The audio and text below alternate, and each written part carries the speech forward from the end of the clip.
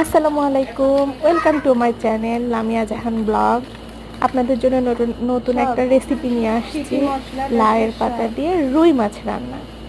আমার জন্য এটা ফার্স্ট টাইম। তো এটা হচ্ছে কুমিল্লার মানে একটা খাবার। তো এটা আমার ননাস রান্না করছে। তো ফার্স্টে হচ্ছে মাছগুলো ভেজে তুলে নিছে। এখন আপনার পেঁয়াজ কুচিগুলো দিছে, দিয়ে লাল হয়ে গেলে তখন সামান্য একটু পানি দিয়ে এর মধ্যে এখন সব মশলাগুলো দেওয়া হবে। মশলার মধ্যে আপনার হচ্ছে আদা বাটা হাফ চামচ, তারপরে হচ্ছে হাফ চামচের মতো হচ্ছে রসুন বাটা,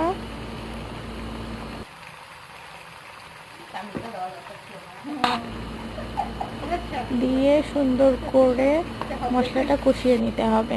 তারপরে দিবেন স্বাদ পরিমাণ লবণ। মশলাটা কষানো হয়ে গেলে যখন তেলটা বের হয়ে যাবে তখন এর মধ্যে হলুদ দিবেন সামান্য, দিয়ে হয়ে গেলে তখন হচ্ছে এর মধ্যে দিয়ে দিবেন আলুগুলা, পিচ পিচ করে কাটা আলুগুলা কষিয়ে নেবেন সুন্দর করে। যখন কষানোর পরে তেলটা বের হয়ে যাবে, তো এটা হচ্ছে আপনার কুমিল্লাতে আমি এসে খাইছি। মানে এটা তো ফার্স্ট টাইম খাইছি সৌদিতে এসে। আমি এখন বর্তমানে সৌদিতে আছি। তো আপু আর কি রান্না করছে, এটা অনেক মজা। আমি এর আগে তো কখনোই খাইনি। আর আমার বাসা তো পাবনাতে, বিয়ে হয়েছে আপনার শ্বশুর বাসায় মানে কুমিল্লাতে।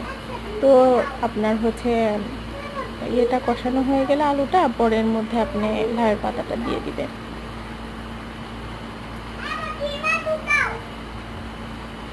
দিয়ে সুন্দর করে এটা হচ্ছে ঢেকে দিবেন। দেওয়ার পরে এই যে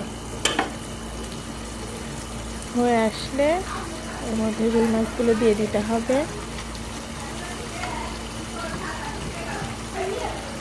আপু রান্না এমনিতে হাতের রান্নাগুলো অনেক মজা, আলহামদুলিল্লাহ। আপু অনেক মজা করে রান্না করে, খেতেও মজা লাগে। আমার শাশুড়ি মায়ের হাতের রান্না অনেক মজা। মনে হয় এটা একটা কুমিল্লার মানে সবার হাতের জাদু নাকি জানি না, তবে আমার ননাসের হাতে, আমার শাশুড়ির হাতে রান্না অনেক মজা। তো এই যে ফাইনাল লুকটা, সবাই একবার হলেও বাসায় ট্রাই করে দেখবেন।